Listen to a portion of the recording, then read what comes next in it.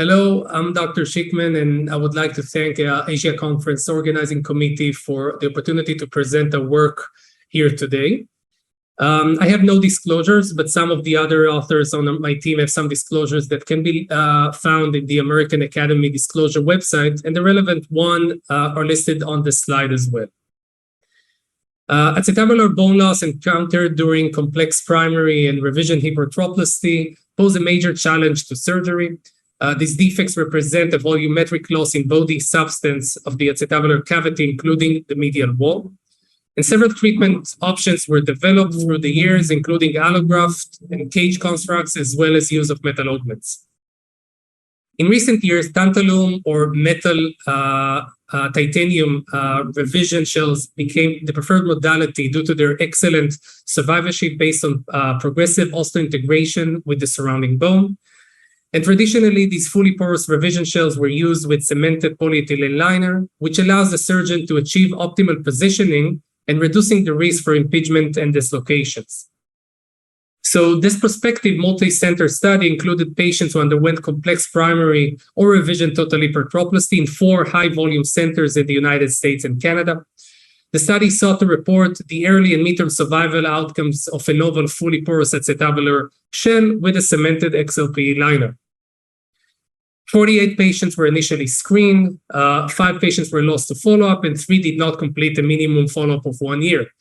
So in total, we had 40 patients that completed at least 1 year follow-up that were included in the study. The mean follow-up time was 2.2 years. This table presents the acetabular bone loss classified by Perprovsky for the included patients, and we noticed that the majority of patients either had a bony defect type 2B or 3B. This example of a complex primary total hip case shows us on the left screen a preoperative pelvis AP radiograph of an 82-year-old female with previous acetabular fracture and arthrosis and flattening of the femoral head. And on the right side of the picture, we see that her post-operative AP radiograph with fully porous cup, cemented liner, and 2 locking screws. This is an example of a revision hip. And on the left side of the screen, we see a preoperative pelvis AP radiograph of a 72-year-old female with pelvis discontinuity and a protruded primary acetabular shell.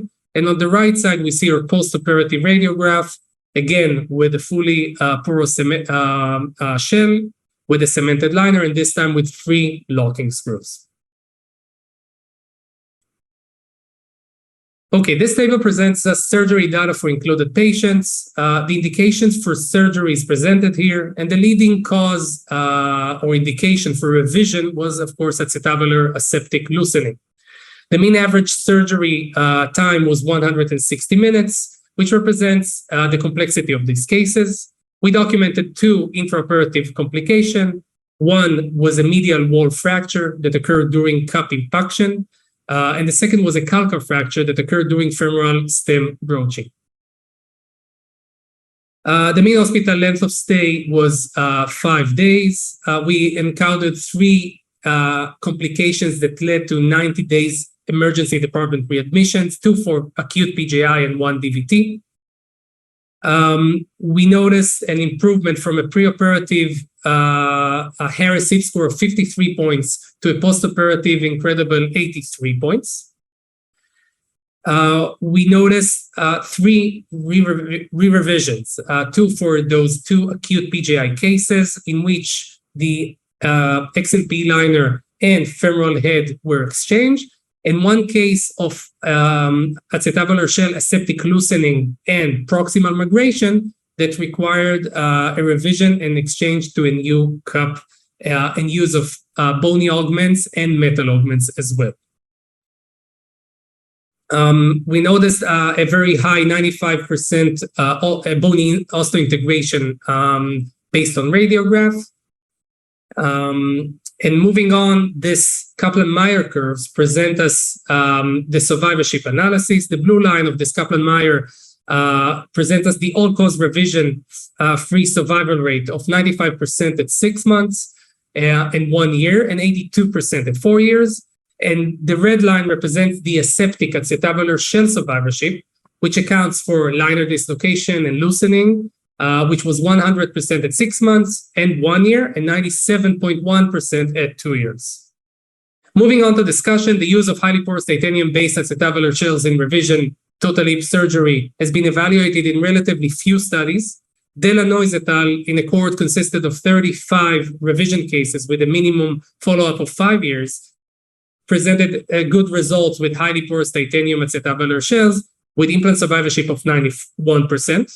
And in a more recent study by Hosni et al., which included 63 cases of revision total hip with highly porous titanium shell, showed similar excellent results of implant survivorship of 98.4% for aseptic loosening at a mean follow-up of 87 months. Ramappa et al. Reported excellent short-term results in 43 cases of revision hip using titanium acetabular shells. And he reported an 98% of radiographic osteointegration of the acetabular cup in a relative short time of 3 months after surgery. And our results are pretty much similar to those aforementioned studies with a follow-up of minimum 1 year.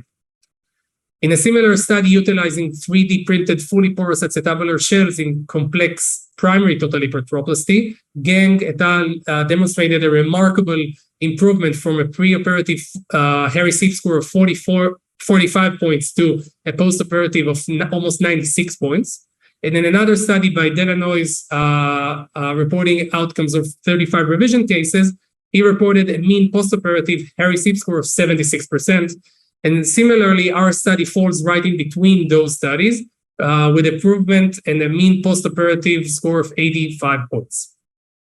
So to conclude, the use of highly porous titanium acetabular shell with cemented XLPE liner in complex primary and revision total hypertroplasty has demonstrated excellent aseptic survivorship, good radiographic outcomes with low complication rate at minimum 1 year follow-up, and can definitely serve as an effective choice for patients undergoing complex primary or revision total hypertroplasty with moderate to severe bone loss.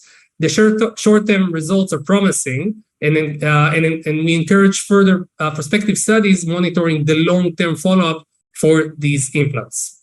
I thank you very much for your time here today. And this is our contact information for this presentation, and we thank you very much.